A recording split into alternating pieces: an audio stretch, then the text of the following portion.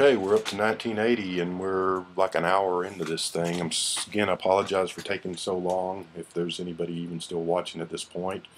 But if you are, 1980, Ordinary People wins Best Picture. The,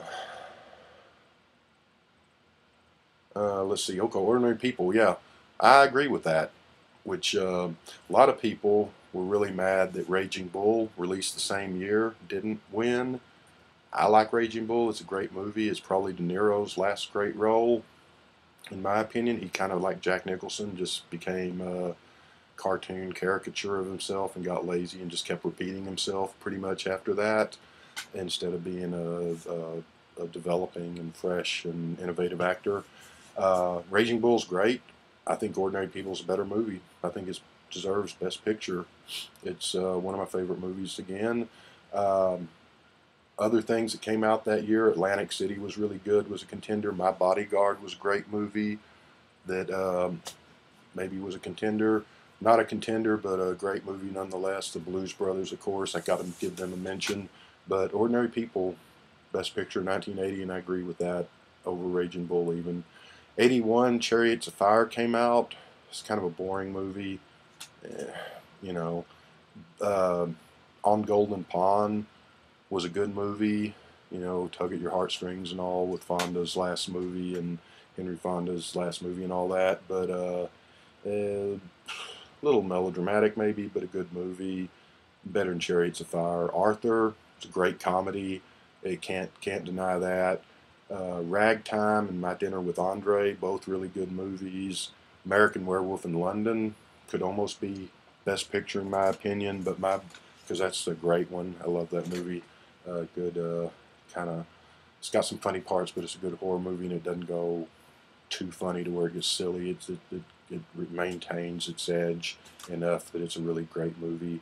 But my favorite movie of 1981 is Das Boot, or The Boat. It's about Germans that are in the Navy, I guess, that are on a submarine in World War II, have to stay underwater for extended periods of time, and just one of the great war films of all time. Might be up there with with the best war film of all time. Incredible movie, Das Boot, Dasboot, which means the boat in German. So that would be my best movie of the year, with American Werewolf right behind it. Golden Pond was good, and Arthur too. 1982, Gandhi won. Again, it's okay. Uh, the Verdict was better than Gandhi. Paul Newman, that was a great movie. Fitzcarraldo, the same guy that did Aguirre, Wrath of God, great movie. My Favorite Year, one of my other favorite comedies of all time, but it's also a very dramatic and touching film on top of being extremely funny. Peter O'Toole, it's a great movie. Check it out if you haven't. World According to Garp came out that year. It's one of my favorite books, one of my favorite movies. I've never been a big Robin Williams fan. He's a little too over the top for me most of the time, but here he tones it down enough and does a really good performance and turns in a really great performance. It's a great movie.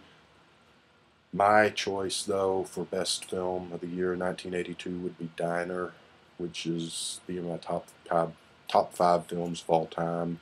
And Diner's just incredible coming of age film, and just a great one of the best movies of the 80s and of all times. Tootsie came out that year. I thought it was stupid. A lot of people liked it. E.T. came out that year. I'm not a Spielberg fan. Jaws was good, but E.T. was, I thought it was dumb. So, Tootsie, I remember I didn't see it in '82. I saw it in '84. Girl I was going out with was surprised I hadn't seen it, so she rented it on video so we could watch it, and she got really mad that I didn't think it was all that funny, but it's not.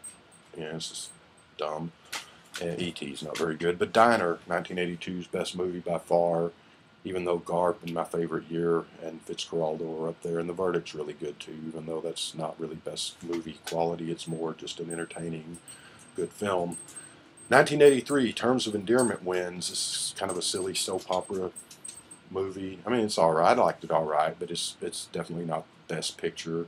Uh, so, contenders. And movies that are better in terms of endearment from 1983, Local Hero. Love that movie. A guy that works for an oil company in Houston has to go to Ireland to buy some land from a town up for drilling, and he runs into all these eccentric and weird characters and has his worldview changed, and it's an incredible, great film. Uh, Valley Girl, oddly enough, one of my favorite films of all time, one of Nicolas Cage's best film. And of all the 80s, you have all those teen films and the Brat Pack. Brat Pack hadn't really been invented in 1983 yet. That'd be about next year. But I think that's the best of all those. Breakfast Club and Ferris Bueller and Pretty in Pink and all that stuff. It wasn't really lumped in with those, but it's the best of those teen films of the 80s. And it's something that seems like it would be a silly film for just high school kids or 14, 16-year-olds or whatever. And it is that, but it's more to it. There's got a little more substance to it. And just a little fad thing to the Valley Girl song from Frank Zappa and the whole preppy thing in the 80s. And it seems like it shouldn't have dated well, but it actually has. It's still a great film. I mean, it's dated because it's 30 years old, but great film. That's something that you would think would be just something silly, but it's actually a great film, a really good film. Christmas Story came out that year, which oddly enough got bad reviews. I worked at a movie theater back then, and we had that movie, and it didn't do much business. And I remember the reviews in the newspapers were not very good on that film, and it wasn't a hit or anything. But I guess from being shown on TV every Christmas, it finally got a big following. Um, it's a Wonderful Life was like that. It wasn't a huge hit when it came out way back when. It became huge later on. Same with Christmas Story, but it's a great movie. But far and above my favorite film of 1983, Best Picture should have gone to The Right Stuff, and it comes down to between that and Diner is the best film of that decade. But The Right Stuff is just a 10 plus film, and it should have got it. So 1984, Amadeus wins Best Picture. I really like that movie. I don't have a problem with that winning Best Picture. I guess I can live with that.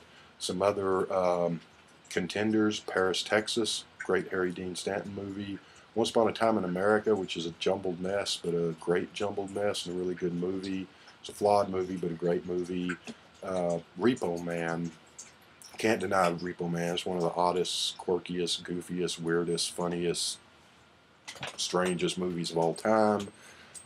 It's classic. It's great. I would put it up there in contention. Um, we had Purple Rain with Prince. The acting was lousy, but the songs were great, and the story wasn't half bad. So um, definitely, it did win, I think, for Best Song or Best Album Soundtrack Academy Award. But I don't know that Best Picture, but it should at least be in the conversation. And but I'll go with Amadeus. And of course, you had Joe being a horror movie fan. He'll probably remember this classic that maybe should have won the Academy Award. Chud, Cannibalistic Human Underground Dwellers, the classic. So maybe that should have won Best Picture, but I'll stick with Amadeus. So we move on, turning the page to 1985, and really it's funny because music for me past 85 or so isn't very good, in my opinion, and movies kind of did the same thing. They kind of not there were good movies, but they were kind of just got too commercial and corporate and crappy and lost the substance. You didn't have a whole lot of great movies like you had in the 70s and the 60s and before. You had a few, but you didn't have a lot of them. And from 85 on, movies kind of go downhill.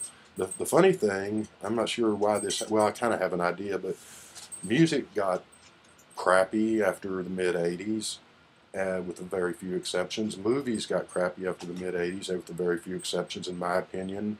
But TV from the 90s to now has been in its golden age, and there's been these incredibly great TV shows.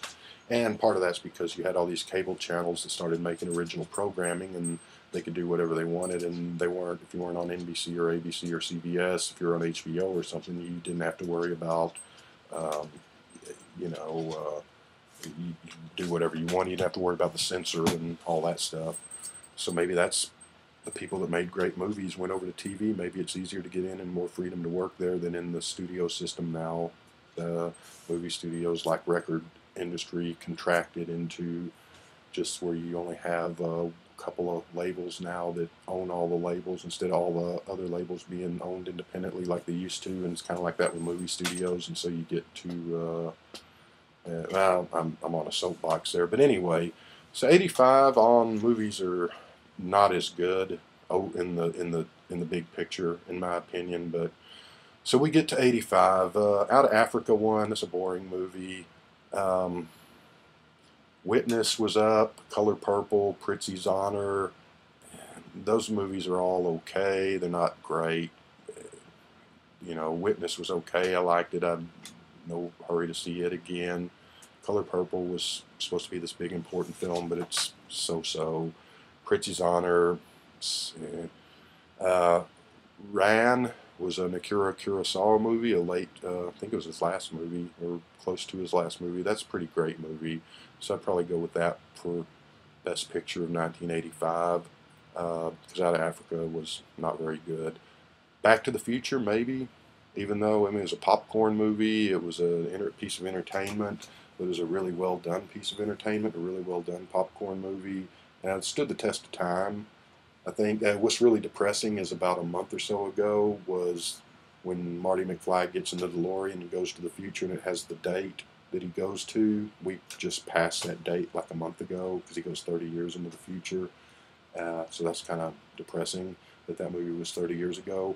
But for just a big budget blockbuster popcorn fun film, it's really well done, and it has stood the test of time a lot better than a lot of the other big popular films from the 80s, in my opinion. So maybe that could be Best Picture of the Year, but I'll go with Ran, Akira Kurosawa. 1986, Platoon won Best Picture. I hate that movie. Oliver Stone is a hack director.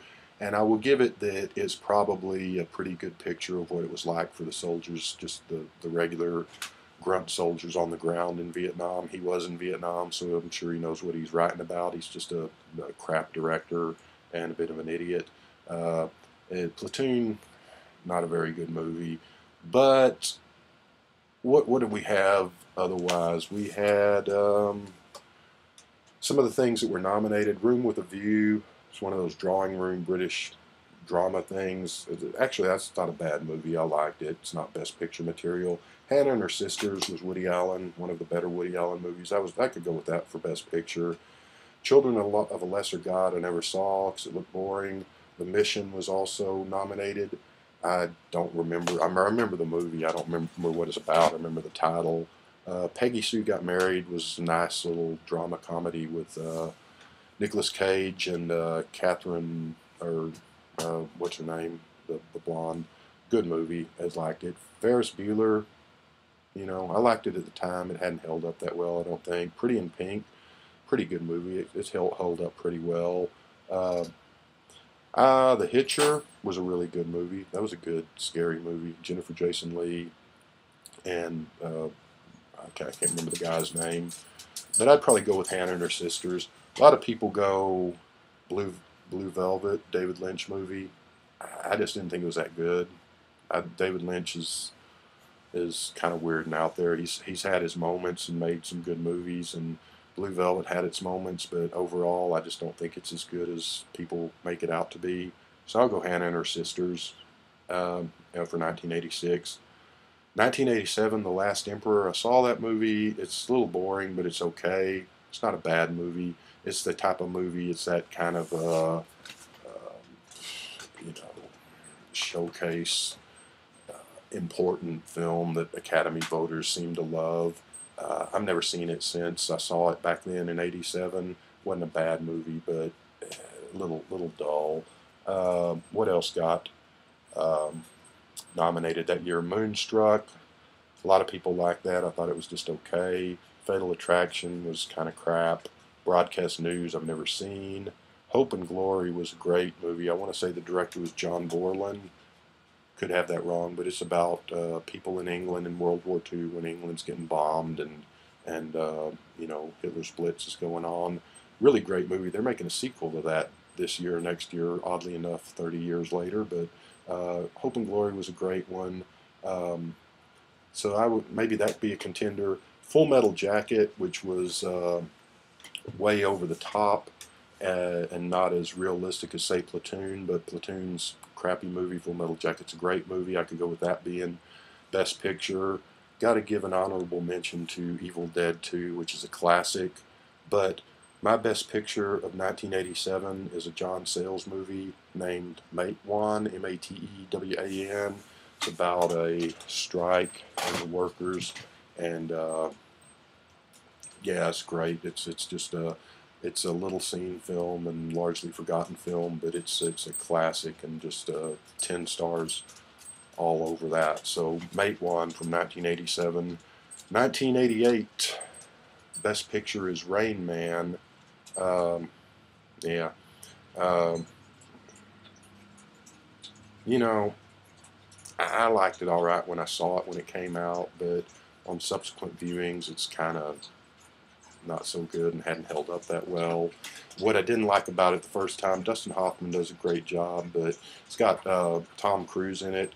Tom Cruise is, with the exception of maybe Charlie Sheen and a couple others, Tom Cruise may be the worst actor ever. Well, a couple other exceptions, but Tom Cruise is down there at the bottom. He's never made a good movie in my book. Risky Business I liked when it came out, but I saw it a few years ago and I thought, man, this movie is stupid as hell. It didn't hold up well at all. So Rain Man is Barry Levinson, who did Diner and some other movies that were really good. It's an okay movie. It would have been better if they would have used someone instead of Tom Cruise, like someone who could actually really act. Maybe John Cusack or something, or man, I don't know if Sean Penn would have worked in that role, um, but he mars Rain Man, and it's just not that great of a movie. Other things that were nominated in '88 were Dangerous Liaisons, which was okay, Accidental Tourist, which Working Girl, which was actually a pretty good movie. I don't know about Best Picture, but Working Girl was a good movie. Mississippi Burning was okay. There was a lot of controversy about that movie, if you remember when it came out. It's about civil rights stuff in Mississippi, and it's an odd movie because you got this movie about civil rights and you don't really have any black people in it. They're just sort of in the background, and it's all about the white people. But you know, it's just a kind of an action movie with a little bit of a social conscience. It's okay, but it's no great shakes. So what else came out in '88? You had Fish Called Wanda, really funny movie, great movie. Adventures of Baron Munchausen, which is a great movie. You had a movie called The Bear, which was about a bear and her cubs, and just following these bears around in the woods, and that was a great movie, better than Rain Man. You had Heathers, which is I liked a lot more back then than I do now, but it's still, you got to give it credit for being a teen drama that was very nasty and arch and change of pace from things like The Breakfast Club and all.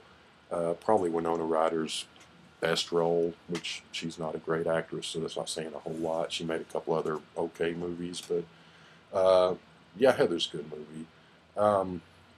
You had a movie called The Vanishing, which was a Dutch movie, which was a man and a woman are going on a trip, and the woman goes to the bathroom and just disappears, and he's trying to figure out what happened to her. It's a great thriller, kind of a Hitchcock movie. Even it's not a Hitchcock movie, but in that style, and very disturbing movie. They did a remake of it in the '90s with Kiefer Sutherland, an American remake that's just total crap. This would be the one to watch, the original, and so that's a contender. But the best movie of 1988 is Eight Men Out. Same director, John Sayles, who did Matewan. Eight Men Out is about the 1919 Chicago White Sox, or Black Sox as it were, throwing the World Series scandal. Incredible movie. One of the few movies that Charlie Sheen was associated with that was good, even though he did just okay in it. The other actors are a lot better. But a great movie, and that should have been the best picture of the year. 1989, you had this whole controversy because Driving Miss Daisy won Best Picture, and all these people were saying Do the Right Thing should have been nominated, and it wasn't even nominated. Driving Miss Daisy is an old ladies film, but for that, it's okay. Piece of entertainment. It's not great. It's definitely not Best Picture worthy. Do the Right Thing. I like some Spike Lee movies, but I think he's done better. I think it's a little too mannered. It's a better movie than Driving Miss Daisy, but even at that, it's not a great movie. Um, so what else was nominated in 1989? You had Dead Poets Society, pretty good movie. One of the besides Garp, one of the few Robin Williams movies that I enjoyed because I'm not a Robin Williams fan, but it's not a great movie. You had My Left Foot, one of those kind of like Disease of the Week movies. I never saw it. It doesn't sound that good. Um, you had Born on the Fourth of July, another crap movie from Oliver Stone, and this time you got Tom Cruise and Oliver Stone together, so it's double crap. It was a stupid movie.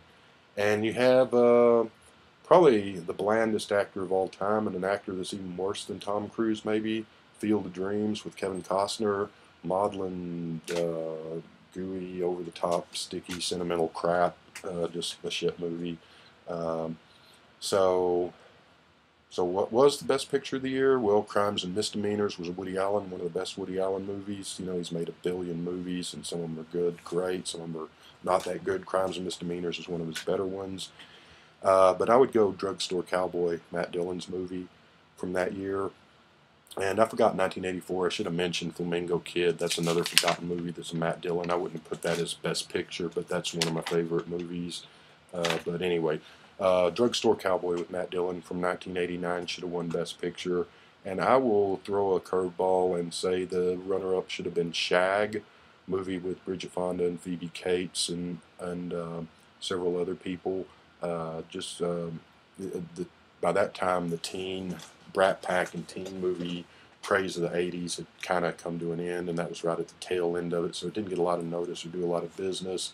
And it's just the teenagers that tell their parents they're going to visit Civil War battlefields, and instead they go to the beach and have a fun time, which sounds really inane and silly, and in a way it is, but it's also a great movie that's well done for that sort of material and one of my favorites. But Drugstore Cowboy, Best Picture in 1989.